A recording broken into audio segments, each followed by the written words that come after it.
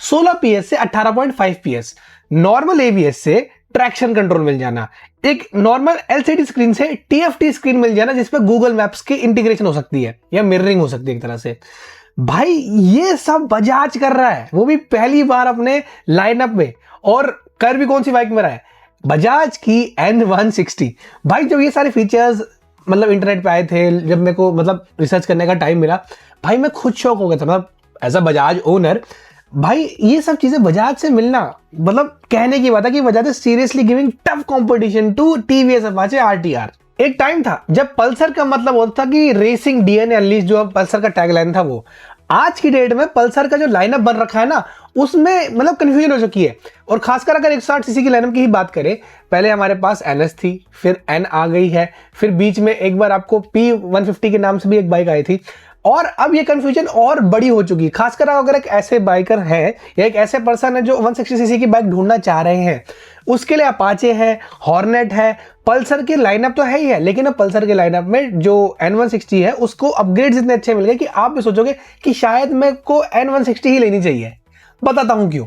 बजाज ने जो N160 का लाइनअप है उसको दो मेजर अपग्रेड्स दिए हैं। एक का नाम रखा है 160S और एक का नाम रखा है 160SS।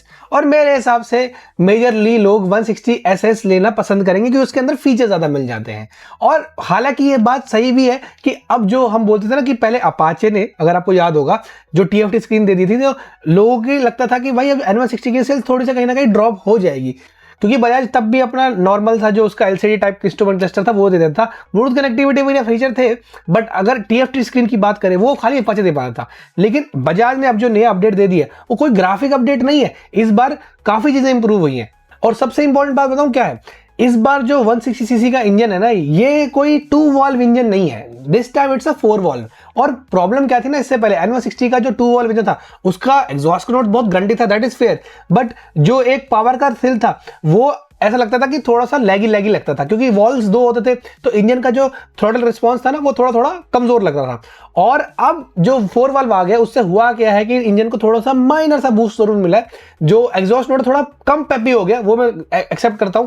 लेकिन अब बजाज ने उसके अंदर राइड बाय वायर टेक्नोलॉजी भी डाल दी है, तो थ्रॉटल रिस्पांस क्रिस्प स्मूथ तो होना ही होना है। खासकर लेकिन एक चीज जो बजाज ने बहुत अच्छी इंप्रूव करी है वो है 16 bhp से 18.5 bhp के इस बाइक का इंजन को इंप्रूव करना।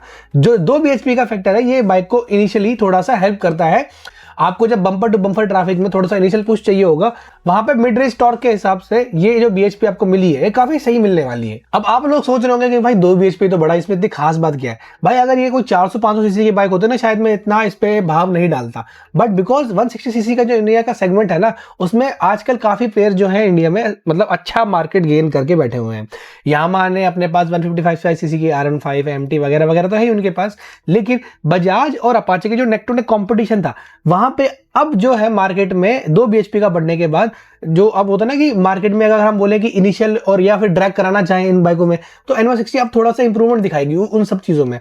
प्लस एक चीज थोड़ी नेगेटिव जरूर हुई है यहाँ पे, पहले N160 का जो टॉर्क था वो था 14.6, अब वो 14.4 पे आ गया, तो टॉर्क थोड़ा सा कम जरूर हुआ है। तो मतलब वही है कि कुछ चीजें अच्छी करी गई है, लेकिन एक चीज अगर आप टॉर्क के थोड़े दीवाने थे, लेकिन आपको मुझे लगता है कि देखो 14.6 और 14.4 ज्यादा फर्क नहीं आने वाला है, तो आपको इतना ज्यादा कुछ हवा नहीं लगेगा यार पावर में थोड़ा लैगी फील हो रहा है। और एक और इंटरेस्टिंग फीचर की चर्चा तो बहुत कम लोग कर रहे हैं, जो मुझे पर्सनली बहुत इसको लेके मतलब सही लगा, कि इसके अंदर जो राइड बाय वायर टेक्नोलॉजी आ गई ना, उससे क्या होगा, थ्रॉटल रिस्पांस जो है टोटली इलेक्ट्रॉनिकली बेस हो जाएगा। जैसे अब आपको जो बाइक को रेन मोड्स वगैरह मिल जाते हैं, basically rain, of road, road और स्पोर्ट, ये सारे मोड्स बाइक में मिल जाते हैं, मतलब डोमिनार में भी मुझे यही मिलते हैं।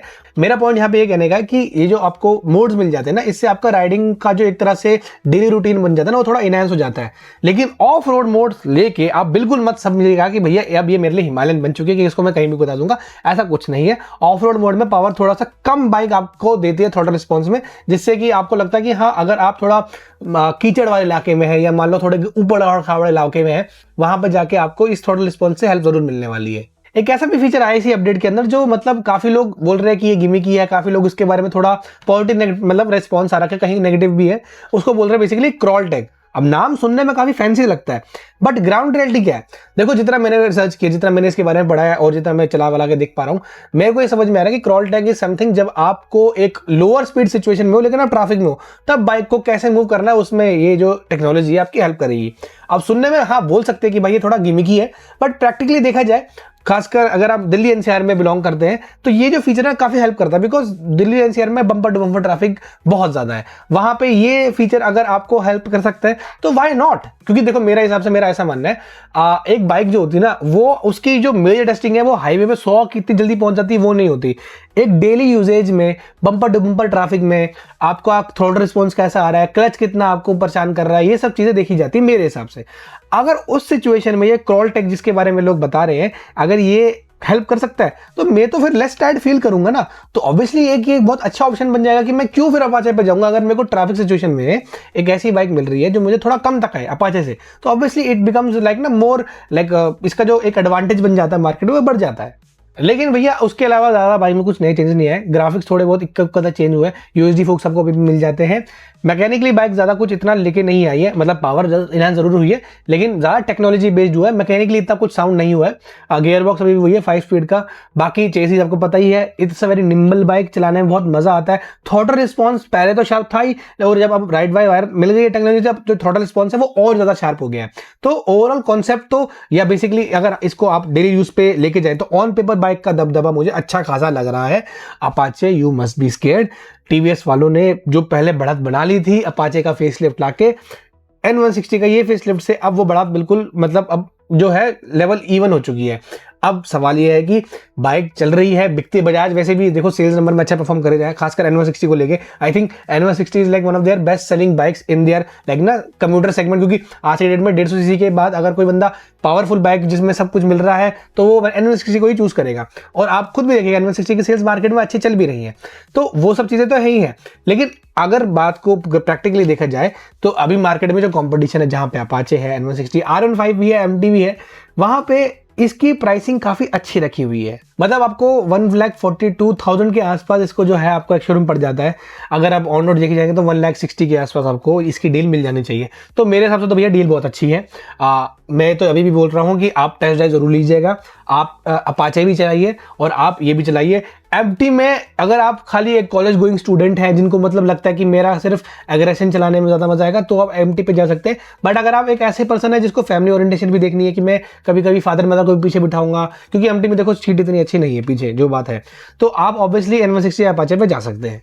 लेकिन देखो N160 कोई ऐसी बाइक नहीं है जो आपको मतलब थ्रॉटल खींचते ही ऐसी पावर देते जिससे आप लोग अरे भाई मैं तो अच्छी खासी टॉप स्पीड पे चला गया हूँ। इसका मतलब पर्पस नहीं है वो भगाने का, ये कोई 250 सीसी वाली मोटरसाइकिल नहीं है। हाँ ये जरूर है कि आपको अगर ये बाइक लेनी है, आप अगर मंडे टू फ्राइडे ऑफिस जाते हो तो उस टाइम पे ये बाइक जो है आपको सही तरीके से ले जाएगी, ज्यादा परेशान करेगी नहीं। माइलेज भी ठीक है, 45 तक भी मिल जाती है, तो आपके ऑलमोस्ट सारे चेक्स हो जाते हैं। प्लस आप जब संडे को या सैटरडे को इसको वीकेंड राइड्स पे लेने जाओगे तो इसे बोलते हैं ना एक ऑलराउंड बाइक, वो उस कैटेगरी में ये आ चुकी है। तो देखिए मतलब घूम फिर के बाद ये कहते हैं कि चॉइस आपके ऊपर है। बजाज का सर्विस सेंटर का जो फीडबैक है वो भी थोड़ा ठीक ठाक सही है, ज़्यादा कुछ अच्छा भी नहीं, ज़्यादा कोई खराब भी नहीं है। बस ये उनकी सर्विस की जो डिले नहीं होता, पार्ट्स की अवेलेबिलिटी ठीक ठाक मिल जाती है। प्लस जैसे मैं फिर से बोला, N160 की जो सेल्स है मार्केट में ठीक ठाक चल रही है और काफ़ी लोग इसके जो ओवरऑल सेल्स फिगर्स है, खासकर इसके जो ओवरऑल रनिंग कॉस्ट है उससे सेटिस्फाइड है। ज़्यादा परेशान नहीं करती है बाइक, ज़्यादा इजी टू यूज़ है। और जैसे अब ये फीचर आ गया है क्रॉलटेक वाला, तो आपका ट्रैफिक में जो टायर्ड वाला प्रोग्राम है वो भी खत्म हो जाएगा। तो मेरे हिसाब से ओवरऑल बाइक में अंदर जो अब जो इंप्रूवमेंट्स आई है, it has become more significant choice for people who are looking to upgrade their bike from let's say 100 cc to 125 cc सीधा 160 cc में। हाँ ऑब्वियसली मार्केट में चॉइस बहुत है, आप अपनी तसल्ली कीजिए, प्रो चॉइसेस लीजिए। कंसल्ट करने के लिए ऑब्वियसली डीएम्स आर ओपन, आप इंस्टाग्राम पे मैसेज कर सकते हैं, कैप्टन करिश्मा आपको पता ही है, लिंक है वहाँ पे। आइए मिलिए, बात कीजिए, और मैं कोशिश करूंगा आपसे जितना इस बारे में खुल के बता सकूं कि बाइक में क्या अच्छाई है क्या बुराई है, सब बात करेंगे। बाकी होप आपको ये वीडियो पसंद आए। बाकी लाइक करिए इस वीडियो को, शेयर करें अपने दोस्तों में, सब्सक्राइब करना ना भूलिए। चैनल को सब्सक्राइब नहीं कर रहे, मैं देख रहा हूँ वीडियोस पे अच्छे व्यूज दे देते, सब्सक्राइब नहीं करें, सब्सक्राइब करके जाया करो, थोड़ा अपनी भी तसल्ली बन जाएगी।